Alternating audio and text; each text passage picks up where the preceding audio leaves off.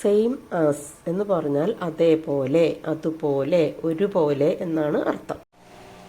His അവൻ്റെ, her അവളുടെ. His bag is same as her bag എന്ന് പറഞ്ഞാൽ അവൻ്റെ ബാഗ് പോലെ അവളുടെ ബാഗും. His bag is same as her എന്ന് പറഞ്ഞാലും ഒരേ അർത്ഥം തന്നെ, രണ്ടുപേരുടെയും ബാഗ് ഒരുപോലെ എന്നർത്ഥം. ഗ്രാൻഡ് പാ എന്നെഴുതി മുകളിലൊരു കോമ ഇട്ട് എസ് എഴുതിയാൽ ഗ്രാൻഡ് പാസ് അപ്പൂപ്പൻ്റെ, ഗ്രാൻഡ് മാസ് അമ്മൂമ്മയുടെ.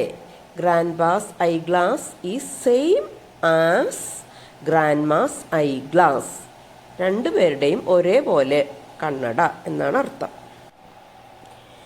ബിജിൽസ് dress is same as Rijil's dress എന്ന് പറഞ്ഞാൽ രണ്ടുപേരുടെയും ഡ്രസ്സ് ഒരുപോലെ.